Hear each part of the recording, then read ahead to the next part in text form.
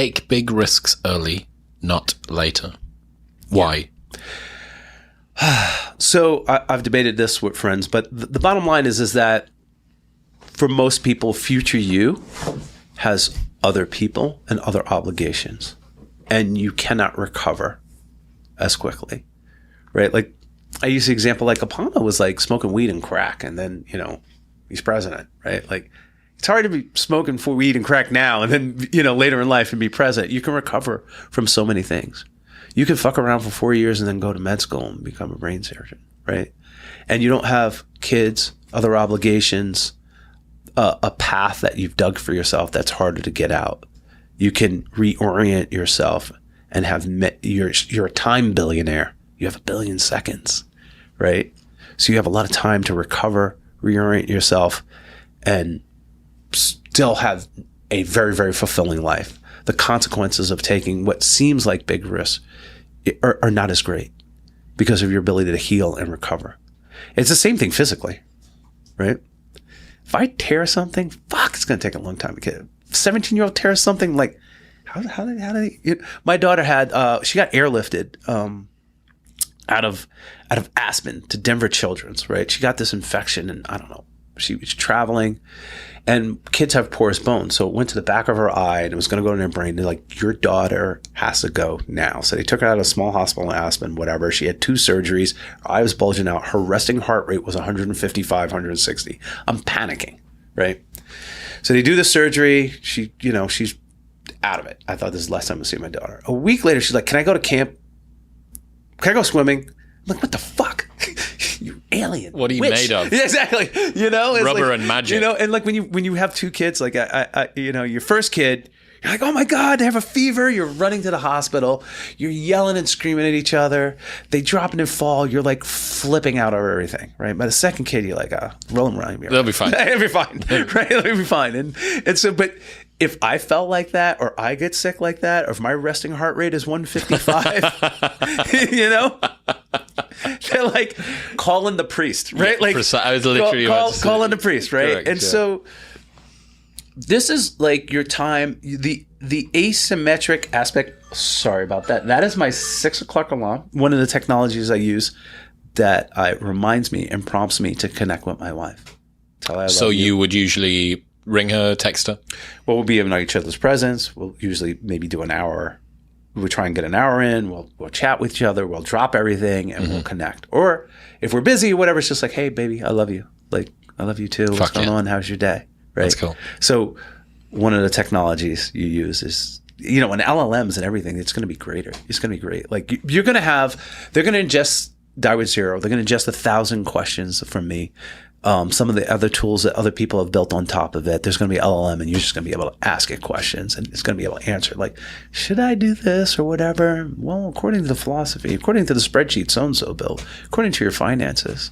So I can't wait till that happens, because that's originally what I wanted. I didn't want a fucking book. You wanted auto Die with Zero. I wanted this app for me to tell me what to do. Like, you know, I have a chef and they tell me what to eat. Mm-hmm. I wanted a thing like, Bill, go on a boat trip. After the boat trip, you're going to Vietnam. Camp this trail, hike here, stay in this hut. I know you don't like staying in huts, but you're going to love it. You know, based on your Hexaco personality profile. And exactly. Blah, blah, blah. And then just keep ideating and giving me the adventure. So then when I hit the grave, I have all these scars. And I'm like, I used this fucking thing up. I had a great ride. But going back to this take risk early, right? Like I can't jump the wakeboard wake right now. I can't do these things. And so the asymmetry of the risks, you know, starts to disappear, right? But early means now. Like what risk you can take now means early. And sometimes everybody always thinks financial, right? Always thinks financial. I'm like, tell the fucking girl you love her first. Bare your heart. Take the ride. It's probably going to get broken, but that's great. You'll learn from it. You know? Sometimes it means that. Sometimes it means just make the move. What would you say to the people who feel like they want to maximize their life, but they are risk averse in life decisions, in job changes, in breaking up with partners that are not right for them, in finances? What would you say to them? All right, I'm going to say something a little bit different. The first thing I would say is fuck the haters. Because a lot of the times you don't do something, it's because you're afraid of being judged by other people. A lot of people can stand the financial risk or even like the emotional risk or whatever. They cannot stand the whispers and judgment of people saying, I told you so. A lot of people, I tell people this all the time, people like success, but they love a failure. And failure validates their own cowardice, right? So when you go out and you try the business and the thing and you fail, they're like, phew, I don't look like an idiot for not trying myself. See, Jim over here, he failed. So I don't have to try. That's why I can live this miserable job that I'm afraid to quit or whatever.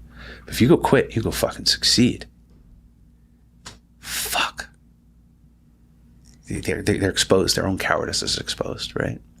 But I say just go live the adventure. Like it's not, I think we focus too much. I want a podcast. And I respect all these podcasters out there getting ideas out to people, summarizing them, taking a long ass blathering, boring guy like me, making it interesting and putting it out there for people. But I want the guys who tried and failed. I want the guys like, fuck, really? And then what happened? And oh my God, those are heroes, man. You know, we always catch we always talk to the salmon who's upstream spawning, you know?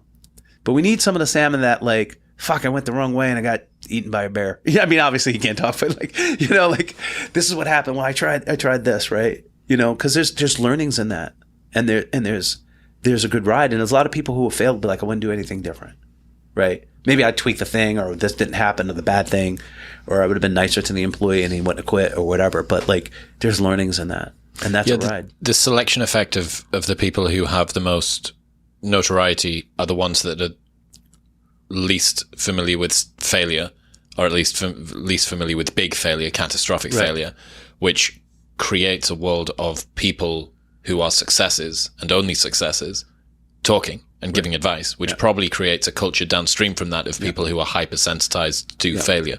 I've been busted twice after making it. You know what I mean?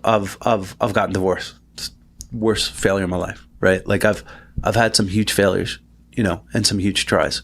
And so I'm here on your podcast. People are actually going to listen to me talk my bullshit. And, you know, to the person out there, you know, who's out there, who's on the edge, or, you know, if they really think about it, like it's a lot of it's your fear of being judged and you judging yourself. Just do your best. That's all you can do. Get out there, take life by the balls. Like, don't live.